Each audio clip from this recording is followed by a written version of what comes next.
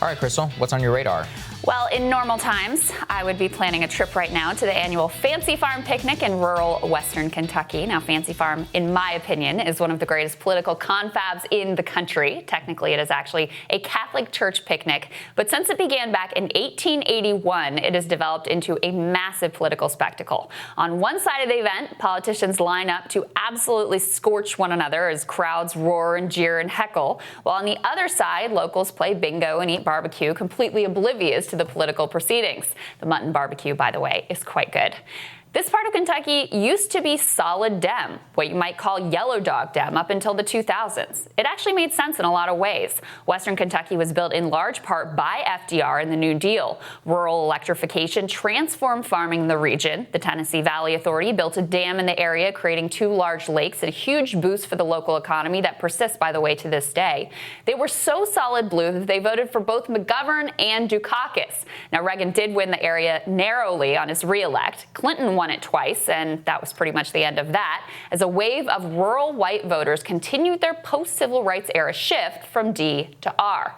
And in 2016, with Donald Trump versus Hillary Clinton, it seemed like that realignment reached its kind of final resting place nationwide. Endless think pieces were written about the rural-urban divide. Hillary continued a tradition of Democratic politicians accidentally displaying their complete contempt for rural America. And living in Kentucky and reporting on the horrible actions of their new Republican legislature, I was often met with derision and contempt from my Democratic compatriots. F those people, they'd say. They deserve exactly what they get. Actually, that attitude was a big part of causing me to rethink my orientation towards the National Democratic Party. Now, pundits and political scientists, they tend to hold this very fatalistic view of voters, especially in the Trump era. Back in the lead up to 2016, there was this overwhelming arrogance in the demographics as destiny camp on the Democratic side. They believed that the coalition of the ascendant would basically mean that the presidency was a lock for Dems forever. Carville and Begala actually wrote a book called 40 More Years, in which they made a version of this argument. They didn't count on a surge of white, non-college educated voters or a lackluster turnout for parts of that allegedly ascendant coalition. There's a similar arrogance and a large amount of wishful thinking right now about the rising Latino electorate. Democrats tend to believe that Latinos will just automatically fall into their camp over time until they vote in as solid a bloc as the African-American community. Republicans actually seem to believe that too, judging by their approach ranging from the hostile to the indifferent to the condescending. And of course, white rural voters are presumed to be absolutely hopeless for Democrats. In fact, this assumption has spawned a lot of recent Democratic policy thinking. The idea of abolishing the Electoral College, reforming the Senate, ditching the filibuster, adding a number of new states to the Union, and more all come from this assumption that by disproportionately benefiting rural voters, our electoral system is absurdly rigged against Democrats. By the way, I'm always down for making our democracy more fair and representative, whether it's explicitly in Democrats' favor or not, so I'm in full support of every one of these ideas. But what if, hear me out on this, rural voters are not actually unthinking automatons who just think Dems bad, Republicans good, or anti-racism bad, racism good? What if they actually have thoughts, feelings, a complex worldview, and a sophisticated understanding of their own interests and values? New polls suggest that may in fact be the case. A new Washington Post ABC News poll has a stunning top line. Trump is losing by 15 points to Biden. That's among registered voters. Back in March, the same poll had the two in a statistical tie. And as with other polls we've covered here, it is totally clear that Trump's coronavirus response has been a disaster among that key demographic of human beings. Disapproval of his job performance has shot up 11 points.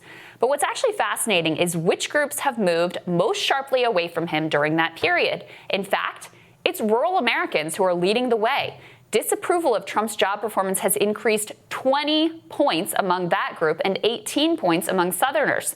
That doesn't appear to be an outlier metric either.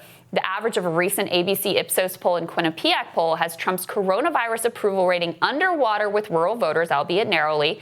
48% of rural voters approve of Trump's coronavirus performance and 50% disapprove. A majority disapprove.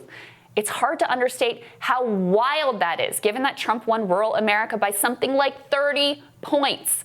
A recent Monmouth, Pennsylvania poll also had some revealing details here. Biden is outperforming Hillary's polling by a significant margin in the state, but all of that improvement is actually coming in the rural counties, which went most strongly for Trump. Biden is actually underperforming a little bit in the strongest Hillary counties and is roughly on par with her polling in the swing counties. So after having written off rural voters, Trump has essentially gifted Democrats with an opening.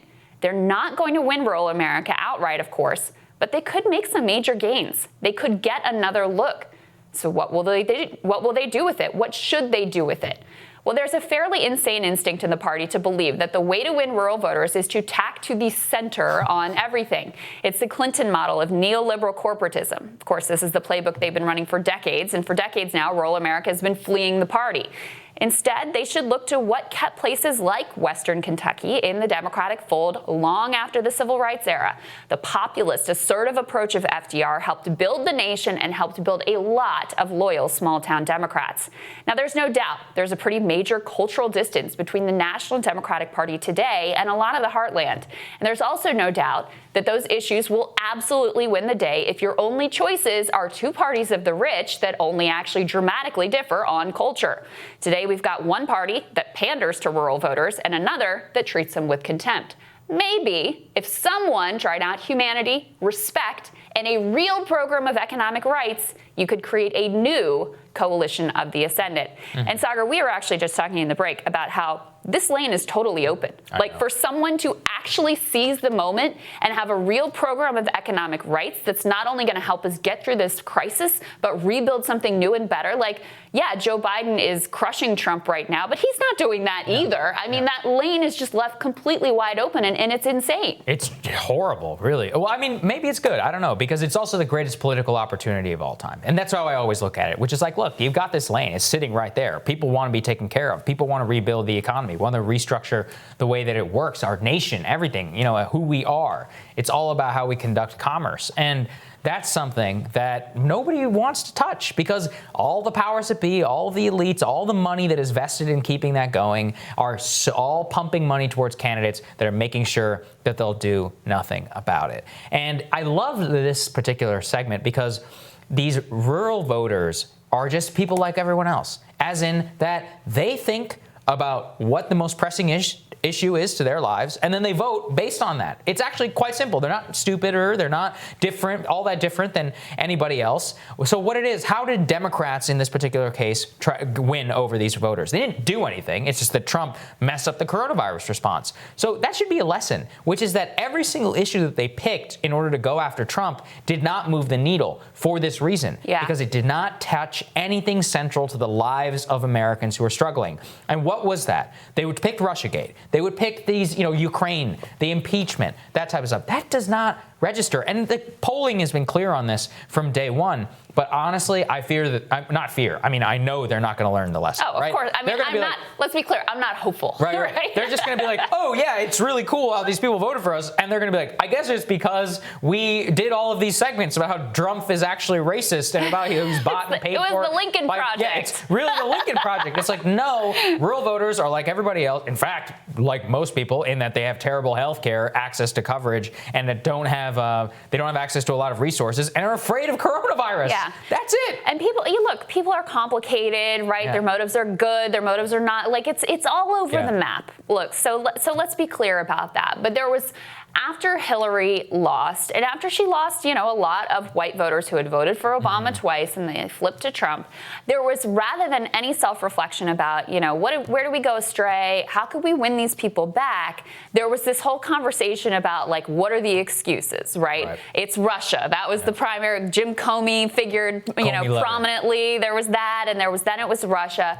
And then there's also this just like, well, they're all racist, so we can't do anything about it. So forget them. Like, and that's what I got when I was living in Kentucky. It's like, forget them. They're all racist. You can never reach them, etc. And look, I'm not saying that everybody harbors like perfectly pure thoughts with regards to race and that this is all like, totally evolved. Racism is a real issue. Bigotry is a real issue in the country. But when you reduce people to one thing like that and you just completely ignore them and treat them with contempt, of course you're not going to win them back. It's so insulting. So it is completely insulting. And so So what we've seen now is, like you said, every issue that Democrats actually tried to push, Russiagate, Ukrainegate, all of that, when that didn't land, that just furthered their view that these were people that were unreachable, that there were just like cult followers. They're just going to vote for Trump no matter what. There's nothing we can do about it. And now through no doing of their own, they get zero credit for this, just because this crisis has sprung up and Trump has handled it so poorly, they actually are getting another look. And so I hope, look, I'm not hopeful that they will seize the moment and actually provide a program that will be economically helpful to people in their lives. But I hope that there's a little bit of a look at the data and a rethinking of who these people are, what they're all about, and whether or not they are actually reachable from a program of economic rights. Anybody is reachable if you take care of the single most pressing issue to their lives. It's just that most people, right and left, want to deny what those issues are because there's too much money invested in making sure that we don't accept their actual reality. Right, and just treating people with respect. Sometimes it's just that. Next on Rising, journalist Ed Jelani tells us if he thinks that Glenn Greenwald was unfairly excluded from signing that Harvard's letter. This is an interesting issue, actually. We told you about this over the past 2 weeks. We've got an update on that when Rising continues.